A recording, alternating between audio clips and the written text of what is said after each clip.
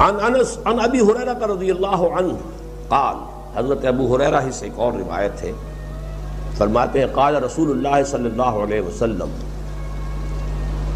کل سلامہ من الناس علیہ صدقۃ کل یوم تطلع فیہ الشمس، انسانوں کے ہر جوڑ پر ایک صدقہ واجب ہے، ہر روز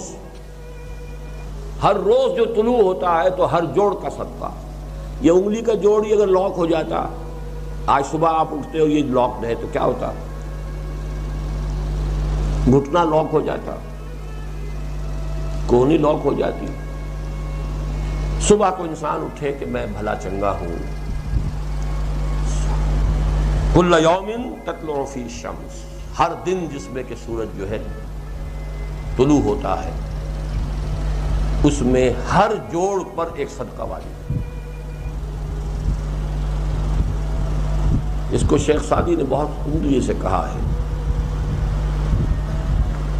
ہر سانس جب انسان کے اندر جاتا ہے موجب تقویت ہوتا ہے، آکسیجن گئی قوت ملی، اسی کو برن کریں گے انرجی ملے گی۔ سانس باہر نکلتا ہے یہ صفائی کا ذریعہ بنتا ہے، کاربن ڈائی آکسائڈ اور بہت سی چیزیں نکل گئی، بس بر ہر نفس 2 شکر واجب ہے، ہر سانس پر 2 مرتبہ شکر کرنا چاہیے۔ ہر سانس اندر گیا موجب تقویت، باہر بنا موجب تنقیح، لہذا پس بر ہر نفس 2 شکر واجب ہے۔ تقریباً اسی طرح کا یہ معاملہ ہے، لیکن اب یہ کیسے صدقے ہوں گے؟ اس صدقے ہی کے جیسے کہ پہلے آ چکا ہے اسی کی یہ تعریف میں ہے۔ تعدل بین اثنین صدقۃ، 2 آدمیوں کے درمیان عدل کراؤ، فیصلہ کرا دو عدل کے ساتھ، یہ بھی صدقہ ہے۔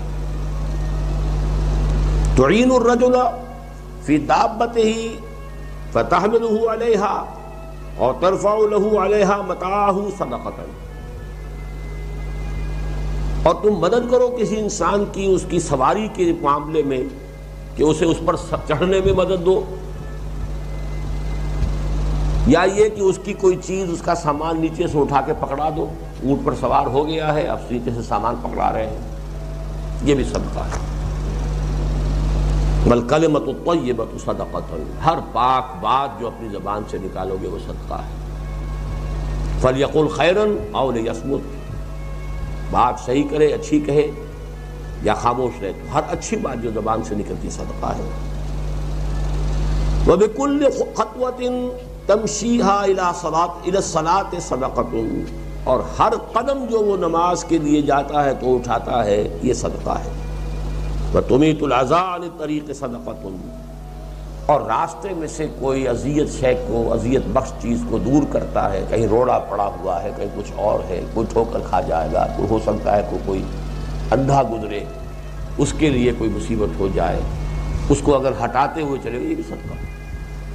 یہ بھی دین کا وہی جامع تصور کے صدقہ جو ہے وہ کس کو کہتے ہیں؟ صدقہ صرف یہ نہیں کالا بکرا لا کے